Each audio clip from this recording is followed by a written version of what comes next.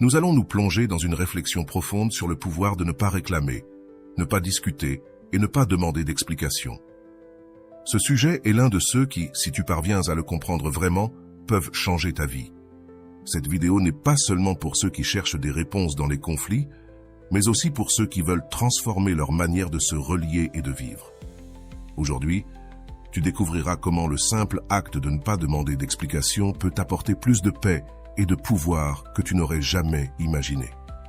Alors, si tu t'es déjà demandé pourquoi certaines personnes choisissent simplement de ne pas discuter, de ne pas réclamer et de ne pas donner plus d'explications que nécessaire, tu vas trouver des réponses. Je te promets qu'à la fin de cette vidéo, non seulement tu comprendras pourquoi cette attitude est si puissante, mais tu sauras aussi comment l'appliquer dans ta vie pour te libérer des émotions négatives et renforcer ton estime de toi. Et ce n'est pas une promesse vide. C'est un changement qui te permettra de vivre sans les chaînes que d'autres tentent de t'imposer à travers leurs opinions et leurs exigences. Si tu es prêt à le découvrir, reste attentif, car ce que je vais te dire change tout. Avant de commencer, je te serais reconnaissant si tu pouvais liker la vidéo, cela m'aiderait à continuer de diffuser cette philosophie. Si tu n'es pas encore abonné, je te recommande de t'abonner et d'activer la cloche pour ne manquer aucune vidéo. Lucia était dans une relation depuis 5 ans qui, pour ceux qui l'observaient de l'extérieur, semblait parfaite. Cependant, derrière les apparences, il y avait une réalité qu'elle seule connaissait. Son partenaire, Marcos, avait une capacité presque surnaturelle à maintenir les choses dans un état constant d'incertitude, où rien n'était sûr et tout semblait dépendre d'un futur indéfini. Dès le début, Lucia avait été celle qui poussait pour que les choses avancent. Au début, ses réclamations semblaient motivées par un véritable désir de construire quelque chose ensemble, mais avec le temps, elle s'était transformée en une sorte de supplication silencieuse, dans une tentative constante de sortir Marcos de cette indifférence qui lui faisait de plus en plus mal. Ce n'était pas que lui était une mauvaise personne. En fait, pendant les premiers mois, Marcos avait montré qu'il était charmant, attentionné et amusant. Lucia se souvenait de ces jours avec une nostalgie amère, comme s'il n'était qu'un mirage qui avait disparu avec le temps. Maintenant, chaque fois qu'elle lui demandait plus d'engagement, qu'il lui montre un minimum d'intérêt, la réponse était la même, un sourire évasif, une promesse vide ou un « on en parle plus tard » qui laissait tout en suspens. Lucia commença à sentir que ses efforts étaient comme des cris dans le vide, des mots qui se perdaient avant même d'atteindre Marcos. Avec le temps, la dynamique de leur relation devint une danse où elle avançait d'un pas et lui reculait de 2. Lucia avait l'impression d'être piégée dans un cercle vicieux. Plus elle demandait, plus il semblait s'éloigner, et moins elle recevait, plus cela lui faisait mal. Elle avait essayé plusieurs fois de lui parler avec clarté, de lui expliquer comment elle se sentait et ce dont elle avait besoin, mais Marcos avait toujours une excuse, une raison de ne pas s'engager pleinement. C'était comme s'il vivait dans un monde à part, où les problèmes de couple n'existaient pas ou ne l'affectaient pas. Les week-ends, quand Lucia proposait de faire des projets, il avait toujours quelque chose à faire, un ami à voir, un engagement vague qu'il n'expliquait jamais.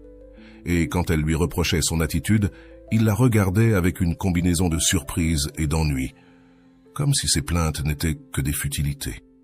« Je ne comprends pas pourquoi tu te fatigues autant », lui disait-il souvent d'un ton qui ne faisait qu'exaspérer encore plus Lucia. Elle ne voulait pas de réponse.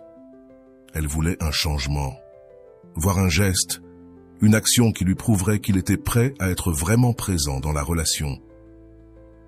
Le stress émotionnel commença à peser lourdement sur Lucia. Elle réalisait qu'elle perdait une partie d'elle-même dans cette quête désespérée de quelque chose que Marcos n'était pas prêt à lui donner. Ses amis lui disaient qu'elle méritait quelqu'un qui se souciait réellement d'elle, quelqu'un qui ne la faisait pas se sentir comme si elle demandait trop, juste pour attendre un peu d'engagement. Cependant, chaque fois qu'elle pensait à mettre fin à la relation, une étrange peur l'envahissait. Elle avait investi tant de temps et d'énergie qu'elle voyait l'idée de le quitter et de recommencer comme une défaite. Une nuit, alors qu'ils se disputèrent dans le salon de leur appartement, Lucia explosa. « Je ne te demande pas le monde, Marcos. Je veux juste que tu sois une partie de cette relation, que tu agisses comme si cela t'importait. » Est-ce trop demandé ? Il la regarda avec froideur, comme s'il voyait une étrangère. « Tu es toujours en train de réclamer quelque chose, Lucia. Je ne sais pas si tu seras jamais satisfaite, lui répondit-il d'un ton si indifférent qu'elle sentit son cœur se briser. Ce commentaire fut un choc, et ce fut à ce moment-là qu'elle réalisa que peut-être il ne lui donnerait jamais ce dont elle avait besoin. La relation entre Lucia et Marcos continuait dans une spirale de frustration et de distance. C'était un dimanche après-midi, et comme c'était habituel, Lucia essayait d'organiser un plan pour passer du temps ensemble. Elle savait que pour Marcos, faire des projets semblait inutile, mais pour elle, il était important de sentir qu'ils construisaient des souvenirs ensemble, que ces moments en couple n'étaient pas juste quelque chose qui arrivait au hasard, mais qu'il y avait une intention et un engagement derrière. Ainsi, avec un mélange d'espoir et de résignation, elle s'approcha de lui pendant qu'il regardait la télévision sur le canapé. « Que dirais-tu si on allait au parc aujourd'hui ?» lui demanda-t-elle, essayant de paraître décontractée, comme si la réponse n'allait pas définir comment elle se sentirait le reste de la journée. Marcos leva à peine les yeux de l'écran où un match de football passait. « Je ne sais pas, Lucia. Je dois vérifier quelques trucs pour le travail plus tard, et je ne sais pas si j'aurai le temps de me promener. » Lucia sentit un nœud dans son estomac. Elle avait entendu ces mots tellement de fois qu'ils semblaient s'être gravés dans son esprit. Pourtant, une fois de plus, elle tenta d'adoucir la situation. « C'est juste un petit moment. On peut y aller et revenir vite, » insista-t-elle, espérant qu'il accepterait cette fois. Mais il se contenta de hausser les épaules et répondit « Je ne sais pas, Lucia, pourquoi as-tu toujours besoin qu'on fasse des choses ensemble ?» La question la laissa sans voix. Marcos la regardait comme si sa demande était quelque chose d'illogique, comme si passer du temps ensemble était un fardeau qu'elle lui imposait constamment. Lucia prit une grande inspiration et décida qu'il n'était pas utile d'insister. Elle se rendit dans sa chambre avec un mélange de colère et de tristesse, sentant que son désir de faire quelque chose en couple avait été interprété comme une sorte de caprice enfantin. Elle savait qu'à l'intérieur d'elle-même, un ressentiment silencieux commençait à émerger, mais elle ne pouvait pas l'éviter. Quelques jours plus tard, Lucia décida de lui parler de quelque chose qui la dérangeait depuis un moment. Ils avaient convenu de mettre de l'argent de côté pour partir en voyage, quelque chose qui, pour elle, représentait une opportunité de se reconnecter, de sortir de la routine et de partager une expérience spéciale. Mais encore une fois, Marcos avait commencé à dépenser de l'argent pour des choses futiles, des jeux vidéo, des dîners avec des amis, des achats impulsifs. Ainsi, ce soir-là, alors qu'ils dînaient en silence, Lucia décida d'aborder le sujet. « Marcos, je veux parler de l'argent que nous avons économisé pour le voyage. Il semble que dernièrement tu aies beaucoup dépensé, et je ne sais pas si nous avançons vraiment dans ce projet. » Il leva les yeux avec une expression de surprise, comme si le sujet le mettait mal à l'aise et même énervé. « Encore avec ça, Lucia, je t'ai déjà dit que le voyage peut attendre. Pourquoi es-tu si insistante ?» Elle sentit la frustration la parcourir, mais elle tenta de garder son calme. « Parce que c'est important pour moi, Marcos. On en a parlé, on avait décidé de le faire ensemble, et je sens qu'à chaque fois que j'évoque ce sujet, c'est moi qui réclame quelque chose que nous avons décidé tous les deux. » Il soupira, écartant son assiette et se laissant tomber contre le dossier de la chaise. « Lucia, vraiment, je sens que tu ne peux pas te détendre. Tu es toujours derrière moi avec quelque chose. » La conversation se termina comme tant d'autres, dans le silence et sans aucune résolution. Lucia se sentait épuisée, comme si chaque tentative de parler de ses désirs et de ses besoins était interprétée comme une gêne. Et pourtant, pour une raison qu'elle ne comprenait pas tout à fait, elle continuait à croire que les choses pouvaient changer, qu'avec suffisamment de communication, il finirait par voir les choses de son point de vue. Une autre nuit, lorsqu'il arriva tard d'une sortie avec des amis, Lucia l'attendait dans le salon. Ils avaient se convenu que cette nuit-là, ils la passeraient ensemble, mais il l'avait simplement ignorée. Lorsqu'il entra et la vit assise, les bras croisés, il fronça les sourcils. « Qu'est-ce qui se passe maintenant ?» demanda-t-il, sans même essayer de cacher son impatience. « Tu avais dit qu'on passerait la soirée ensemble. »« Je t'ai attendu et tu ne m'as même pas prévenu, » répliqua Lucia en essayant de ne pas avoir l'air trop accusatrice. Il haussa les épaules et répondit « Je ne pensais pas que c'était si important. Je suis juste sorti un moment. » Lucia le regarda, incrédule.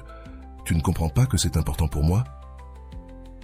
Ce n'est pas qu'il est interdit que tu sortes, mais il s'agit de respecter les projets qu'on fait ensemble. » Mais il secoua simplement la tête et murmura « Tu as toujours quelque chose à réclamer. Avec toi, ce n'est jamais assez. » Cette phrase, prononcée avec tant d'indifférence, la fit frémir. Elle sentit ses yeux se remplir de larmes, mais elle ne voulait pas lui donner la satisfaction de la voir vulnérable. Elle se leva et se rendit dans sa chambre, laissant derrière elle une conversation qui, une fois de plus, se terminait en rien. Cette dynamique se répétait dans tous les aspects de leur relation. Si Lucia demandait à Marcos de l'aider avec les tâches ménagères, il trouvait toujours une excuse pour reporter, la laissant seule avec la responsabilité de tout faire. Lorsqu'elle lui demandait de l'accompagner à des réunions familiales ou à des événements importants, il était toujours trop occupé par son travail. Lucia commença à se sentir invisible, piégée dans une relation où ses besoins semblaient ne jamais compter. Elle se demandait si c'était elle qui demandait trop ou si elle essayait simplement de construire quelque chose avec quelqu'un qui n'était pas prêt à s'engager.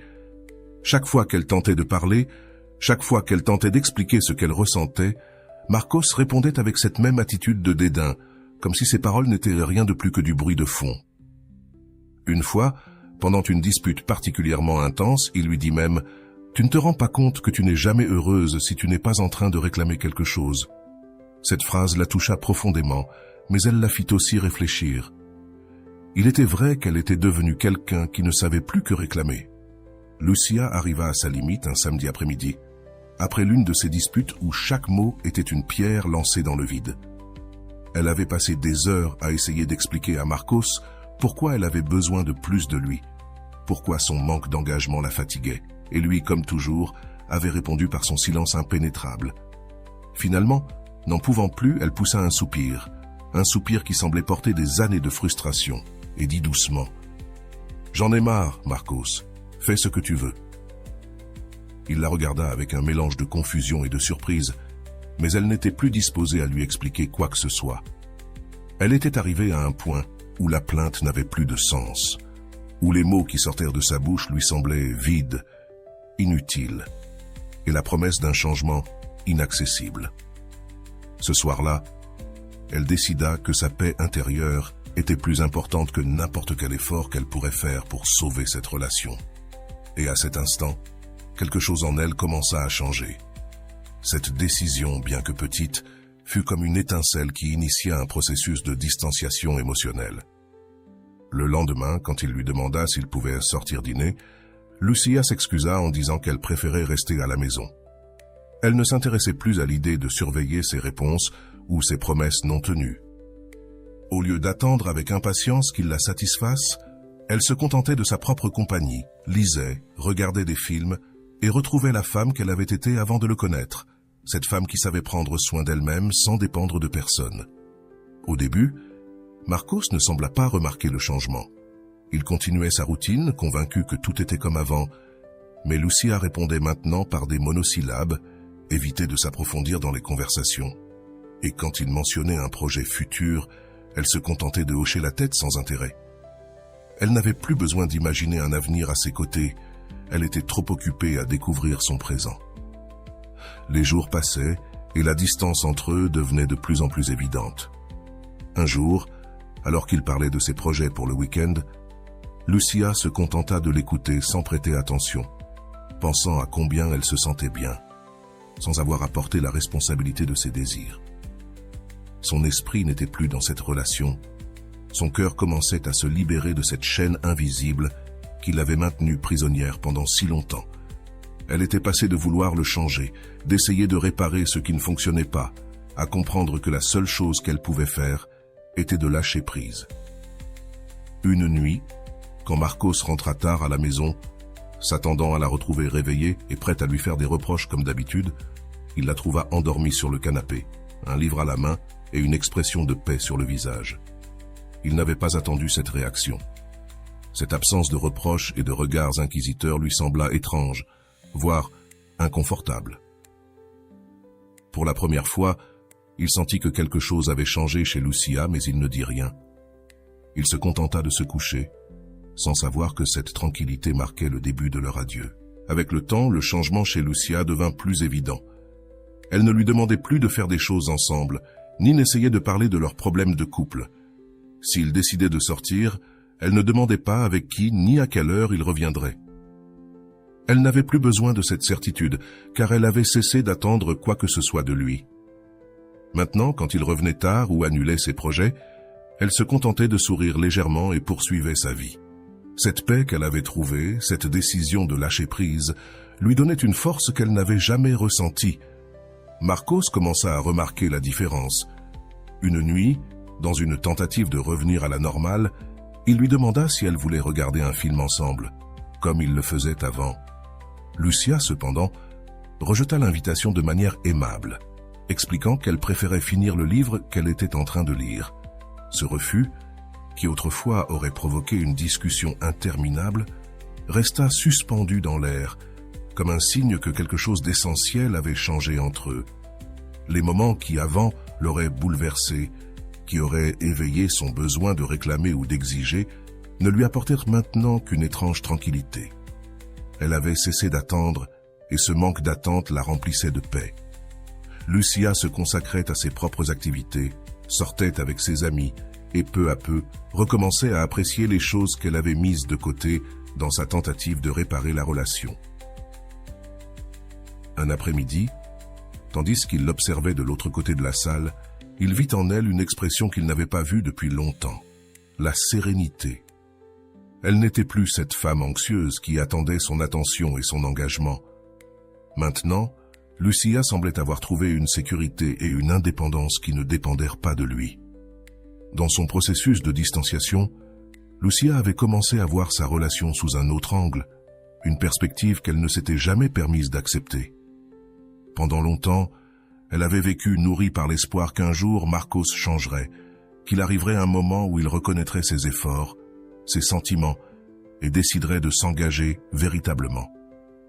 Mais, arrivant à son point de tolérance, quelque chose en elle se brisa et en même temps se libéra. Durant ces jours de solitude imposée, elle commença à lire davantage sur ce que signifiait vraiment lâcher prise, quelque chose qui résonnait dans les mots de Rolando Goicoechea. Il parlait d'apprendre à se décevoir une fois pour toutes, de ne pas fuir cette réalité inconfortable que nous évitons parfois parce qu'elle nous effraie. Bien que, au début, ces mots lui semblaient durs, presque cruels, Lucia commença à comprendre que, peut-être, il était temps de laisser partir ses illusions sur Marcos, d'arrêter d'attendre quelque chose qui n'arriverait pas. C'était comme si, en se regardant dans le miroir, elle se voyait pour la première fois libérée de la fantaisie que tout changerait. Lucia se souvenait clairement de l'un de ces passages de Rolando, « Ose te décevoir le plus tôt possible ». Au début, ces mots lui semblaient lourds, presque cruels, mais peu à peu elle comprit que ce qu'elle avait repoussé tout ce temps était précisément d'affronter cette déception. Elle avait prolongé sa douleur parce que, d'une certaine manière, elle avait toujours gardé un petit espoir que les choses soient différentes.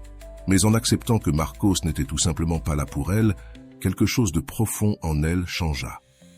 En reconnaissant son manque d'intérêt, son indifférence et cette distance émotionnelle qui les avait toujours séparés, Lucia cessa d'attendre, cessa de demander. Avec les mots de Goicoechea, elle comprit qu'elle n'avait pas à se résigner à la médiocrité de quelqu'un qui la tenait à moitié. Pour la première fois depuis longtemps, elle se donna la permission de reconnaître ce qu'elle avait tant esquivé, qu'il y avait quelqu'un qui comptait plus que les promesses et les excuses de Marcos, et cette personne, c'était elle-même. Les jours suivants, elle commença à ressentir une légèreté qu'elle n'avait jamais éprouvée. Elle n'était plus piégée dans les cycles de reproches et de frustration. Au contraire, elle sentait que chaque jour était une opportunité de se remplir de ce qui était véritable. Rolando avait aussi parlé d'ouvrir de l'espace pour l'authentique, de ne pas se contenter de mots vides ni d'un amour qui ne correspondait pas. Lucia commença à voir ce vide qu'elle ressentait comme un espace nécessaire, un lieu dont elle avait besoin pour elle, pour sa paix intérieure et pour ses propres rêves. Elle avait appris à ne pas accueillir cette réalité avec amertume, mais avec le calme qui vient lorsque l'on accepte quelque chose d'inévitable. Et en le faisant, elle comprit que s'ouvrir à la nouveauté signifiait laisser de la place dans sa vie pour ce qui est véritable, pour ce qu'elle était réellement en train de devenir. Après avoir pris la décision de mettre fin à sa relation avec Marcos, Lucia se retrouva face à une réalité qu'elle n'avait pas anticipée. il ne s'éloignait pas. Bien qu'elle ait pris une décision définitive, Marcos commença à insister, à l'appeler, à lui envoyer des messages, apparaissant même de manière inattendue dans des endroits qu'ils fréquentaient ensemble. Au début, Lucia pensa qu'il avait peut-être changé, qu'il désirait vraiment réparer les choses, mais au fond d'elle, quelque chose lui disait que ce n'était qu'une nouvelle phase de manipulation. Elle se souvenait des mots de Rolando, qui avait parlé de l'insistance des ex qui cherchent à maintenir le contact et le contrôle, se nourrissant du drame et de toute réponse qu'ils pouvaient obtenir. Un après-midi, elle reçoit un message de Marcos qui disait « Pourquoi es-tu si égoïste, Lucia ? Est-ce que tu ne te soucies pas de tout ce que nous avons vécu ensemble ?» Elle ressentit un premier élan de répondre, de lui expliquer une fois de plus pourquoi la relation ne fonctionnait pas, mais elle se souvint d'un des conseils de Rolando, ne pas céder au combustible que ce type de personne cherche. Elle savait que répondre ne ferait que prolonger la situation et que Marcos ne cherchait pas une explication sincère, mais une réaction, n'importe quelle réponse qu'il pourrait obtenir pour maintenir la connexion. Un autre message est arrivé, cette fois plein de reproches et d'accusations. Lucia opte pour ce que Rolando appelait le contact zéro. Elle ne répondit pas, laissa le message sans l'ouvrir. Elle savait que cela serait difficile, qu'il insisterait probablement davantage en voyant qu'elle ne répondait pas, mais elle avait décidé de ne pas céder. Elle savait que Marcos se nourrissait du drame, de ce jeu de va-et-vient qu'il avait lui-même provoqué pendant leur relation. Maintenant, sans cette réponse de sa part, il se retrouvait sans sa dose d'adrénaline. Cette même nuit, Marcos appela plusieurs fois. Finalement, Lucia répondit, mais cette fois depuis la sérénité qu'elle avait appris à cultiver. Marcos dit d'un ton ferme et calme, « C'est terminé. Je ne peux plus répondre à tes messages ni à tes appels. Je n'ai pas besoin d'expliquer quoi que ce soit. » De l'autre côté de la ligne, il essaya de l'interrompre, mais elle continua. « Si je t'ai jamais importé, la meilleure chose que tu puisses faire est de respecter ma décision et de me laisser en paix. » Malgré le calme qu'elle maintenait, elle savait que Marcos essaierait de reprendre le contrôle.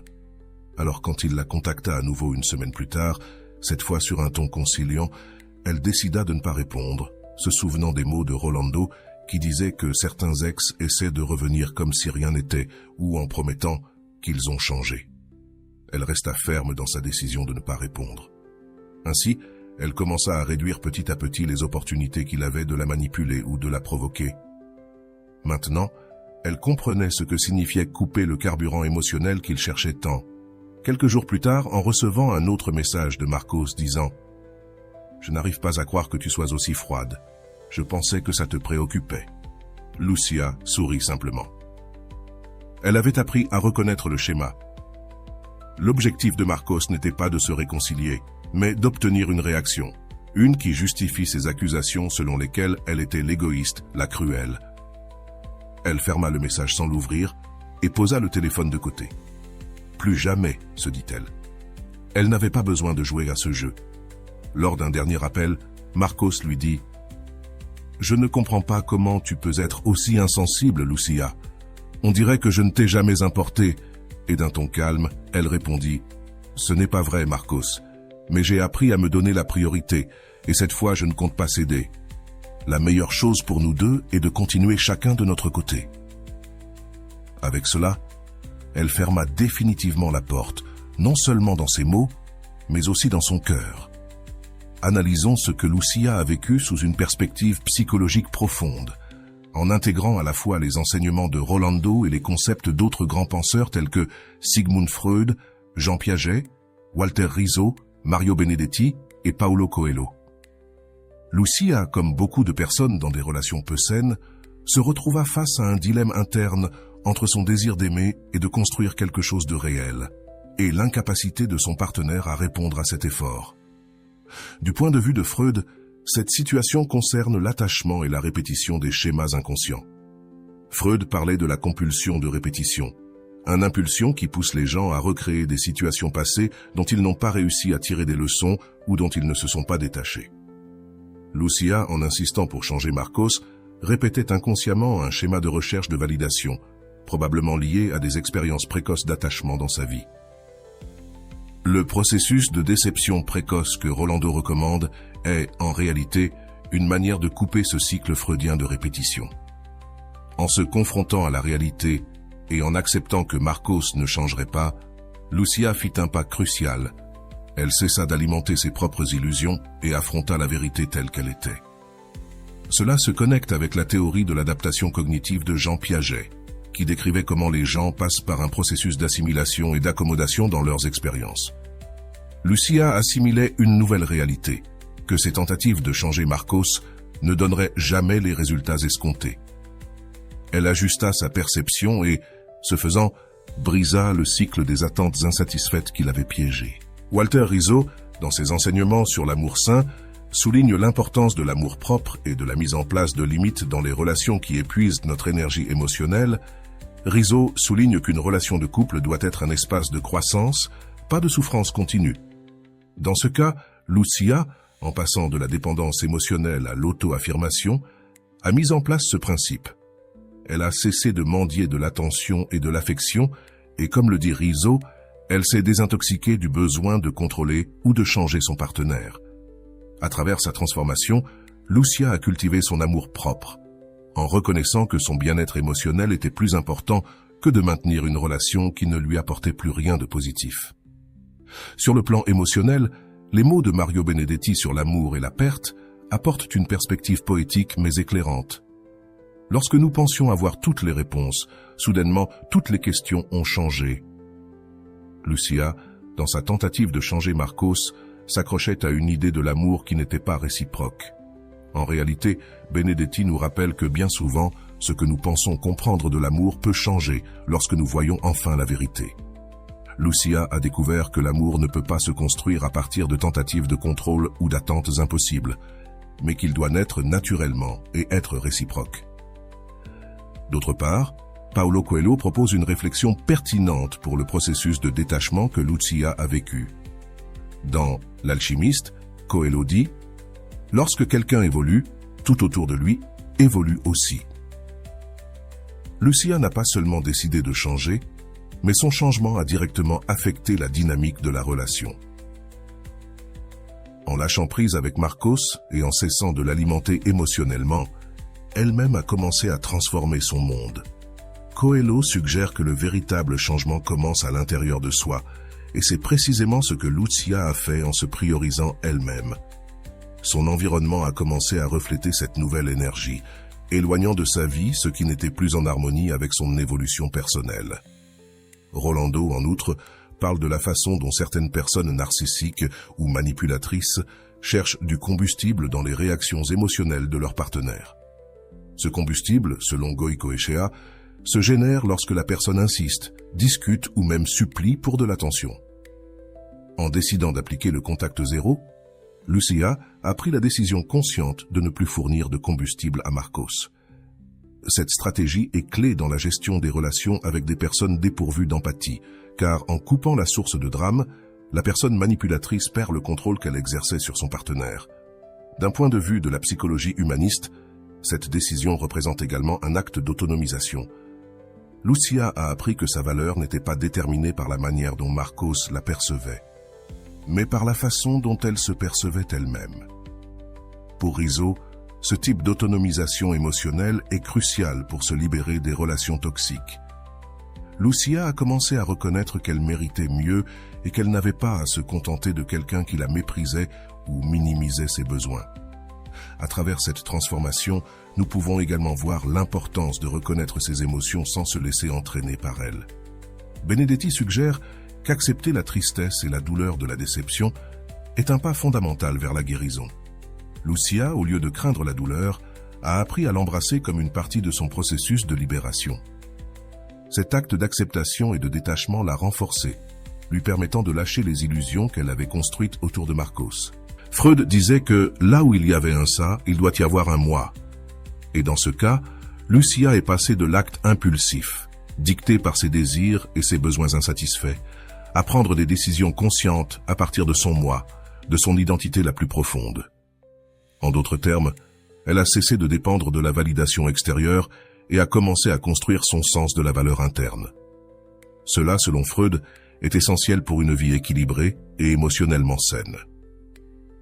Au fil des jours, le détachement de Lucia n'a pas seulement été physique, mais émotionnel. Ce processus de lâcher prise a été crucial pour sa guérison, car, comme le soulignait Rizzo, le véritable amour propre se démontre dans les décisions que nous prenons pour protéger notre paix.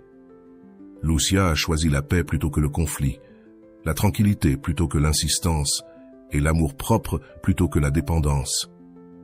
Continuons avec l'analyse de l'histoire de Lucia, en approfondissant les implications psychologiques et en examinant comment elle a appliqué les conseils de Rolando, ainsi que les concepts d'autres auteurs. Lucia a traversé un processus de transition que de nombreux psychologues considèrent comme crucial dans le développement d'une estime de soi saine. Le moment où l'on décide de cesser de chercher chez les autres ce que l'on peut seulement se donner à soi-même. En suivant la ligne de Walor Rizzo, qui propose qu'une relation saine doit être basée sur la réciprocité et le respect, Lucia s'est rendu compte que sa relation avec Marcos ne remplissait pas ces conditions en constatant que ses besoins émotionnels ne seraient jamais satisfaits par quelqu'un qui ne partageait pas son engagement. Elle a commencé à prioriser son bien-être au-dessus de la relation. Cette décision, bien que difficile, a été son premier grand acte d'amour-propre. Freud affirmait qu'une grande partie de notre souffrance provient de notre résistance à la réalité des relations et de la projection d'attentes qui ne se réaliseront jamais. En lâchant ses attentes vis-à-vis de Marcos, Lucia a cessé de s'accrocher à cette image idéalisée de ce qu'il pouvait devenir. Freud parlerait de ce processus comme d'une libération du principe de réalité, une compréhension que tous nos désirs ne seront pas satisfaits et qu'accepter cela est fondamental pour atteindre un état d'équilibre mental. Jeanne Paget a aussi quelque chose à dire sur l'évolution de Lucia. Dans ses études sur le développement humain, Piaget décrit comment nous passons par différentes étapes dans notre manière de penser et de comprendre le monde. Lucia a commencé dans une phase d'assimilation, cherchant à adapter la réalité à ses attentes, insistant et réclamant dans une tentative de changer Marcos. Cependant, en arrivant à sa limite, elle est passée à une phase d'accommodation, où elle a ajusté ses attentes et s'est adaptée à la réalité telle qu'elle était, et non comme elle aurait voulu qu'elle fût. Cet ajustement, selon Piaget, est crucial pour le développement d'un esprit mature. Rolando parle aussi d'un phénomène que Lucia a vécu intensément, la déception précoce. Pour lui, cet acte de se décevoir sans ressentiment est une manière d'ouvrir les yeux sur la réalité, permettant un changement significatif. Lucia, au lieu d'éviter la déception ou de réprimer sa douleur, l'a accueilli comme un enseignement, lui permettant de voir avec clarté l'usure que cette relation lui causait. Ce processus l'a non seulement renforcé, mais lui a aussi permis de se libérer du poids d'une relation étouffante, marquant le début de son chemin vers la paix intérieure. Tout au long de sa relation, Lucia a également vécu ce que Walter Rizzo appelle la dépendance affective, une addiction émotionnelle à son partenaire. Cette dépendance l'a amenée à tolérer des comportements et des attitudes de Marcos qui étaient contraires à sa dignité et à son bien-être émotionnel. En apprenant à lâcher prise et à ne plus quémander, Lucia a brisé ce cycle destructeur. Rizzo affirme que l'amour-propre doit être la base de toute relation et que si un partenaire nous pousse à nous sacrifier continuellement, cela indique que nous sommes dans une relation toxique. De la perspective de Mario Benedetti, le processus de détachement de Lucia peut aussi être vu comme un acte de courage. Benedetti, dans sa poésie et ses essais, parle de l'importance de laisser partir ce qui ne nous fait pas de bien, de lâcher avec amour et sans ressentiment. Lucia, en décidant de rompre avec Marcos, sans entrer dans un jeu de culpabilité et de reproche, s'est alignée avec cette vision. Elle a compris que son bonheur ne dépendait pas du fait qu'il change, mais de la liberté de vivre sans charges émotionnelles inutiles. Paulo Coelho, dans son concept de l'amour et du destin, suggère que le véritable amour nous pousse à avancer et nous rend meilleurs. Lucia, en reconnaissant que sa relation avec Marcos ne l'aidait pas à grandir, a accepté qu'elle devait laisser de la place pour que le vrai vienne dans sa vie. Coelho affirme que lorsqu'un cycle se ferme, quelque chose de nouveau et de meilleur est toujours en chemin. En coupant le lien émotionnel avec Marcos, Lucia n'a pas seulement fermé une étape, mais elle s'est ouverte à la possibilité d'un avenir plus authentique et gratifiant. Quant au contact zéro que Rolando recommande dans les cas de relations toxiques, Lucia l'a mise en œuvre avec fermeté. cet acte de couper le contact avec son ex a été essentiel pour que sa guérison progresse. Goicoechea explique que certaines personnes narcissiques ou manipulatrices se nourrissent des réactions émotionnelles de leurs ex-partenaires, obtenant un carburant du drame et des discussions. En ne répondant pas aux tentatives de Marcos de se reconnecter, Lucia s'est libérée de cette dynamique de manipulation, démontrant qu'elle avait appris à protéger sa paix et sa stabilité émotionnelle. La transition de Lucia vers une vie libre de Marcos reflète également une compréhension profonde de ce que signifie l'amour-propre. Selon Walor Rizzo, la capacité de laisser partir une relation insatisfaisante est une preuve que nous valorisons notre bien-être au-dessus des impulsions émotionnelles passagères. Pour Rizzo, l'amour-propre est un processus d'apprentissage et de pratique.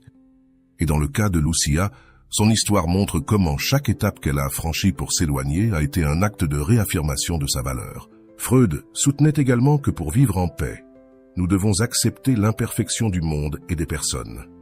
En cessant d'idéaliser Marcos et en voyant son comportement tel qu'il était, Lucia a cessé de souffrir d'une réalité qui n'existait que dans son esprit. Pour Freud, ce type d'acceptation est l'un des grands pas vers la paix intérieure, les composants fondamentaux d'un esprit sain. De plus, le processus de détachement de Lucia peut être vu comme une croissance personnelle vers l'autonomie émotionnelle.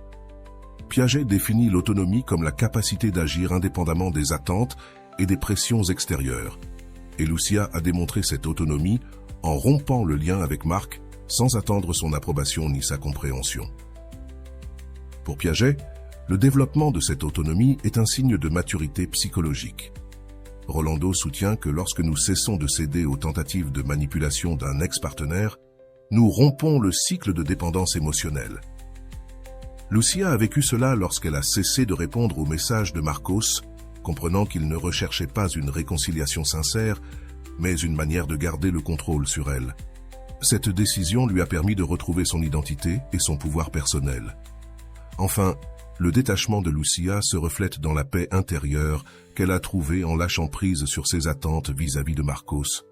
La paix ne venait pas d'un changement en lui, mais d'un changement en elle-même, un processus d'auto-affirmation et d'amour-propre qui lui a permis de lâcher le passé sans rancune et de s'ouvrir à un avenir où elle était enfin libre de vivre en harmonie avec elle-même. Si tu t'es retrouvé pris dans une relation où tes efforts semblent tomber dans un vide et où tes revendications ne font qu'alimenter l'épuisement, alors tu dois absolument voir la vidéo de Rolando Déception dès que possible. Dans cette vidéo, Rolando approfondit l'importance d'accepter la réalité telle qu'elle est et nous enseigne à lâcher prise sans rancune. Tu apprendras à reconnaître à temps quand quelqu'un n'est pas prêt à te donner ce que tu mérites, afin que tu puisses te libérer de ce fardeau et construire une vie où ton bien-être est une priorité. Accompagne-nous pendant que Rolando nous guide avec des outils et des perspectives pratiques qui ont aidé notre protagoniste à cesser d'insister pour ce qui ne lui faisait pas de bien, retrouvant ainsi sa paix et son amour propre. Cette vidéo n'est pas seulement un message sur le détachement, mais une invitation à récupérer ton pouvoir personnel et à t'ouvrir à de nouvelles opportunités. Déception dès que possible. Oui, exactement ce que tu évites tant parce que ça te fait mal. Tu refuses de voir une réalité qui finira par arriver. Une réalité si difficile que tu ne sais pas si tu seras capable de la supporter. Mais tu sais que prolonger cette réalité imminente retardera ce à quoi tu dois faire face. Sa véritable nature, ses véritables intentions envers toi, ou son manque d'intérêt, ou très peu d'intérêt pour toi. Pour cette raison, embrasse la réalité. Ne fuis pas, ne l'esquive pas et ne la reçois pas avec amertume. Reçois-la de la manière la plus aimante possible. Reçois-la comme la grande opportunité d'ouvrir enfin les yeux. Tu as passé tellement de temps à te refuser de voir les choses telles qu'elles sont, que les contempler telles qu'elles sont te fait déjà beaucoup de mal. Cependant, à mesure que tu t'injectes dans ta réalité, que tu t'y plonges, tu désiras justement plus d'elle. La réalité, bien que douloureuse, va te libérer, et au fond de toi, tu veux être libre. Déception, dès que possible. Qu'attends-tu? Qu'il change à la dernière minute? Qu'il reconnaisse son erreur? Combien de temps vas-tu encore attendre? Combien d'opportunités vas-tu donner à quelqu'un au lieu de te les donner à toi? Oui, c'est mon principal message pour toi. Toutes ces opportunités que tu donnais à cet autre, Maintenant, tu te les donneras à toi-même parce que tu le mérites. Parce que tu en as assez de te prouver que tu comptes vraiment. Ou est-ce que je suis en train de te dire un mensonge? Tu sais que c'est vrai, et je n'ai pas besoin de te convaincre de cela. Tu vaux plus que d'attendre quelqu'un qui ne se soucie pas de ton bien-être. Tu vaux plus que de te résigner chaque fois qu'il t'appelle de temps en temps. Tu vaux plus que tous ces adjectifs négatifs qu'il a projetés sur toi. Tu vaux plus que ce à quoi tu t'accroches, parce que tu le considères spécial ou précieux dans ta vie. Ose te débarrasser des mauvaises compagnies, des mots inutiles, des sourires forcés, des cœurs non réciproques. Laisse de la place en toi pour ce qui est véritable. Laisse de la place en toi pour t'aimer profondément et ensuite, véritablement, aimer quelqu'un d'autre. Tu vois, la déception n'est pas si mauvaise après tout. Et en étant vraiment pragmatique, dans ta vie, il n'y a rien de bon ou de mauvais. Il n'y a que des situations favorables et d'autres moins favorables. Et quand il s'agit de situations qui te déplaisent, tu peux choisir de changer de place, de t'ouvrir à la possibilité de quelque chose de nouveau. Peut-être que ce qui te déçoit a simplement cessé d'être pour toi. Cela n'est plus pour toi. Jorge Bucay dit qu'à chaque fois que quelque chose s'en va, cela fait place à ce qui vient ensuite, et je suis d'accord avec lui. Prends soin de toi et aime ce lieu qu'est toi-même, car c'est le seul endroit où tu vivras. Rolando nous a guidés vers une leçon transformative sur le détachement et la valeur d'accepter la réalité d'une relation sans la déguiser sous de faux espoirs. Nous avons appris qu'au lieu de résister à la déception, nous devons l'affronter, permettant à cette vérité de nous libérer et de faire de la place pour l'amour de soi. Rolando explique comment, en lâchant la nécessité de changer ou de contrôler quelqu'un qui n'est pas engagé, nous retrouvons notre paix et nous nous donnons l'opportunité de vivre avec authenticité. Mais il y a des moments où, même après avoir lâché prise, une ex insiste pour revenir, cherchant de l'attention ou ravivant le conflit. Justement pour ces cas, Rolando a une nouvelle vidéo que tu dois absolument voir. Que faire quand ton ex insiste? Dans cette vidéo, tu découvriras comment protéger ta stabilité émotionnelle et éviter de tomber dans des dynamiques de manipulation en gardant le contrôle et le calme face aux tentatives de contact persistantes. Prépare-toi à un contenu profondément utile dans lequel Rolando t'enseignera comment gérer l'insistance d'un ex avec des stratégies claires, tout en protégeant ta paix et en faisant un pas ferme vers une vie sans relations toxiques. Pense à ces personnes à qui nous avons enlevé de nos vies après une rupture ou une séparation définitive. Ces personnes qui aiment nous sortir de nos gonds, celles qui ne faisaient que nous utiliser, celles qui, sous un masque, disent « t'aimer », mais en réalité ne font que te faire du mal. Ces personnes dont tu veux t'éloigner, mais qui d'une manière ou d'une autre, continuent de t'attaquer, de te contacter, te disant combien elles te détestent, te disant combien elles regrettent de t'avoir rencontré, d'avoir entamé une relation avec toi, et jusqu'à avoir passé des années avec toi. Bien sûr, si elles regrettaient, pourquoi ne t'ont-elles pas quitté après quelques mois ou un an de t'avoir connu? Cependant, il est curieux que cette personne ait justement été avec toi autant de temps et te rejette la faute de s'être vue obligée d'être avec toi. Cela te rappelle-t-il une situation? Tu t'es sûrement rempli de culpabilité, tu as sûrement cru à l'histoire que ce spécimen venait de te vendre. Non, cela ne s'arrête pas là. Tout ce temps, il ou elle t'a vendu cette histoire encore et encore, au point que tu lui as définitivement acheté cette histoire. Et du point de vue de cette personne, bien sûr, tu es la pire des personnes, la plus égoïste. Tu n'as jamais été à la hauteur, tu n'as jamais été suffisant. Et précisément, tout cela revient sans cesse dans ton esprit et ne te laisse pas en paix. Surtout parce que cette personne insiste de façon répétée, encore et encore, jusqu'à ce que tu craques et que tu lui répondes. Et tu lui réponds de la pire façon possible, de manière très agressive, pire que ce qu'il ou elle a fait avec toi. Il ou elle t'a poussé à bout, t'a mis dans une telle situation que tu as laissé échapper la pire version de toi-même. Et maintenant, cette personne va justement prendre ce que tu viens de faire pour renforcer l'idée qu'il ou elle se fait de toi, que tu es égoïste, que tu lui veux du mal, etc. Quelque chose que j'ai appris récemment, et je dois te remercier pour cela, Elena, car Elena a été celle qui m'a aidé à mieux comprendre ce type de modus operandi de certains troubles, en particulier chez les psychopathes narcissiques ou les sociopathes. Ces personnes ont besoin de carburant, et c'est un nouveau terme que je commence à utiliser dans ma chaîne, mais il était important de le mentionner dans cette situation. Le carburant, C'est ce qui provoque beaucoup d'adrénaline chez la personne qui manque d'empathie. C'est leur nourriture, c'est ce qui leur permet de se connecter avec toi. C'est quelque chose que nous recevons, que ce soit positivement ou négativement. Je m'explique. Quand une personne reçoit un compliment ou quand je sais que quelqu'un est heureux pour quelque chose que j'ai fait, je reçois un retour positif. Cela me nourrit, me renforce l'idée que je veux faire plus de choses positives pour ma partenaire, mes amis, ma famille ou toute personne avec qui je suis constamment en relation.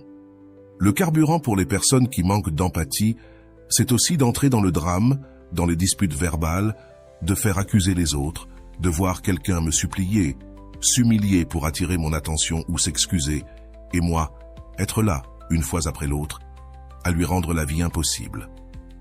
Ainsi, de mon point de vue, le carburant est autant la partie positive de la manière dont l'être humain, à travers l'hormone de l'ocytocine, se sent intégré, heureux.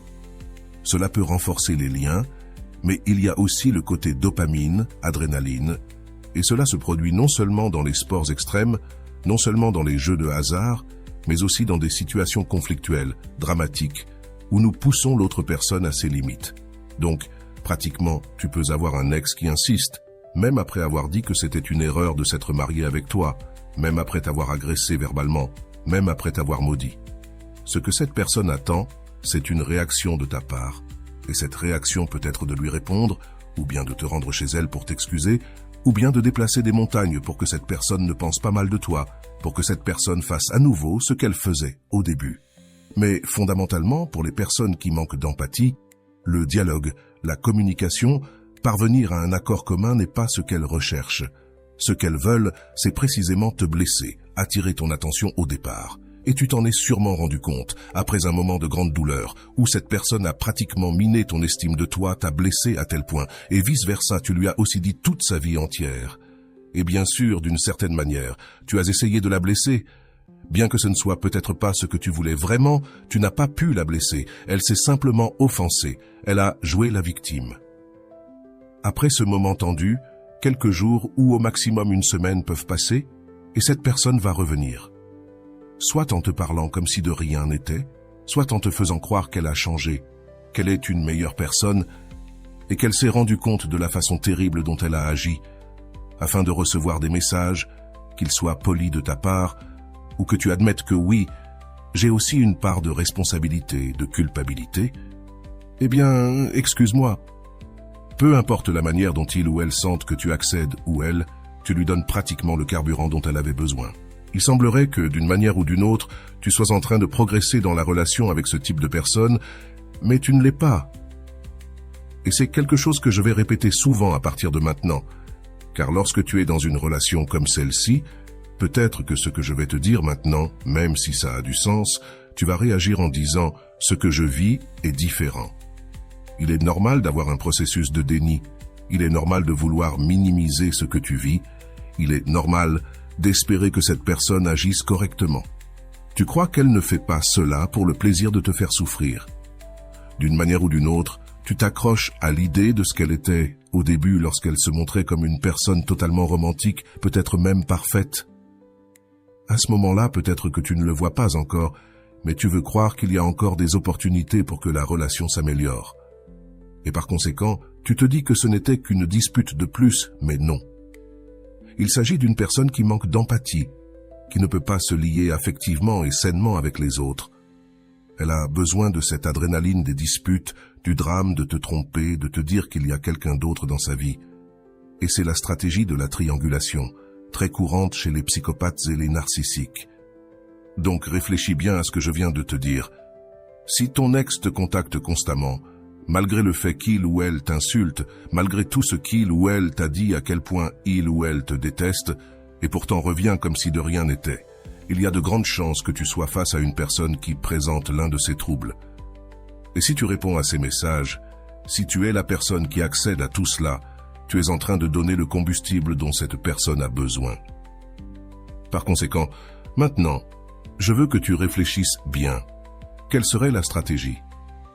La stratégie serait la plus simple, mais aussi la plus difficile que je vais te demander. Contact zéro, rien. Aucun contact, sauf bien sûr s'il y a une communication obligatoire, comme si des enfants sont impliqués. dans ces cas-là. Mais si cette personne ne te doit rien, si rien ne vous lie vraiment, alors tu dois apprendre à ne pas répondre aux messages. Je sais que c'est la chose la plus difficile que je te dis, mais quand tu comprends la question du combustible, et encore une fois, je vais répéter, ici, le combustible, c'est à la fois ce qui est positif, c'est-à-dire les compliments, les cadeaux, les surprises, les détails, l'intimité, les câlins, et ce qui est négatif, les disputes, les insultes, les coups, le drame, la jalousie, la compétition. Tout cela, lorsque le psychopathe et le narcissique ne sont plus satisfaits par le positif, ils vont chercher le négatif, l'adrénaline, l'excitation, la dopamine. Donc ta stratégie est définitive. Couper le flux de combustible, arrêtez de le donner. Parce que si tu continues à lui en donner, même si cette personne a un nouveau partenaire, elle continuera à faire de toi son jouet favori. Donc maintenant, ce que je te propose, c'est rien d'autre que de ne pas nourrir cette personne avec le combustible qu'elle attend de toi. Et oui, cela va sûrement te rendre jaloux. En fait, quelqu'un m'a dit « Non, c'est que maintenant ça me met en colère de ne plus être son jouet préféré, de ne plus être la personne pour laquelle il ou elle cherche son combustible. Non, tu ne dois pas, au contraire, tu devrais t'en réjouir. Je sais qu'à ce moment, tu ne le vois pas ainsi, et qu'il te faut plus d'amour propre, qu'il te faut plus d'aide, qu'il te faut répéter ce type de vidéos et de messages encore et encore. Mais je le fais pour ton bien, crois-moi, je le fais pour ton bien. Et même si ça sonne répétitif, et même si ces vidéos ne sont pas les plus populaires, je veux qu'elles soient les plus utiles pour toi. Dans la vidéo de Rolando sur comment faire face à un ex insistant, nous avons appris des stratégies clés pour gérer ces personnes qui, après une rupture, ne respectent pas la décision de séparation et continuent à chercher de l'attention ou tentent de raviver la relation. Rolando explique que ces personnes cherchent souvent ce qu'il appelle le combustible émotionnel, un mélange de réactions et de réponses qui leur permet de maintenir un lien de manipulation à travers le contact zéro, une stratégie qui consiste à couper toute communication inutile. Nous pouvons cesser de nourrir cette dynamique toxique et nous concentrer sur notre paix et notre bien-être. Le contact zéro permet qu'en ne répondant pas et en ne s'impliquant pas dans les provocations, on récupère le contrôle sur ses émotions et sa vie. Selon Rolando, cette approche n'est pas seulement une technique de silence, c'est un acte d'amour propre et de respect envers soi-même, une manière de dire « ma paix est plus importante que n'importe quel conflit passé ». Ainsi, l'absence de réponse devient un chemin vers la guérison et une façon de se libérer du poids des relations qui ne nous apportent rien de positif. Après avoir regardé la vidéo, réfléchis. Comment utiliserais-tu ce silence et cette distance pour protéger ta paix mentale? Penses-tu qu'en arrêtant de réclamer et de t'impliquer dans des discussions, tu gagnerais en clarté et tranquillité dans ta vie? Dis-nous dans les commentaires comment tu appliquerais ces conseils dans ton quotidien.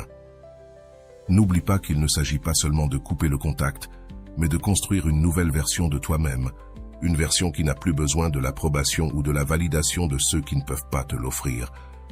Qu'as-tu pensé de l'approche de Rolando? Penses-tu qu'elle t'a aidé à voir les choses sous un autre angle? Réfléchis aussi à ce que tu as le plus aimé dans la vidéo. Était-ce ses conseils sur l'importance du silence, son explication du combustible émotionnel, ou peut-être ses stratégies pour ne pas céder au drame? Ces concepts peuvent être le début d'un changement profond dans ta manière de voir les relations. Et bien sûr, dis-nous s'il y a quelque chose qui ne t'a pas tant résonné. Parfois, entendre de nouvelles idées peut être difficile, surtout si nous avons l'habitude de réagir différemment. Y a-t-il un point qui t'a paru difficile à mettre en pratique ou qui t'a suscité des doutes? Et voilà, j'espère que vous avez trouvé beaucoup de valeur dans cette vidéo. Merci d'être resté jusqu'à la fin de cette vidéo, j'adore quand vous faites ça. Si vous en voulez plus, vous pouvez écrire en commentaire « J'en veux encore plus ». J'espère vous revoir dans une autre vidéo.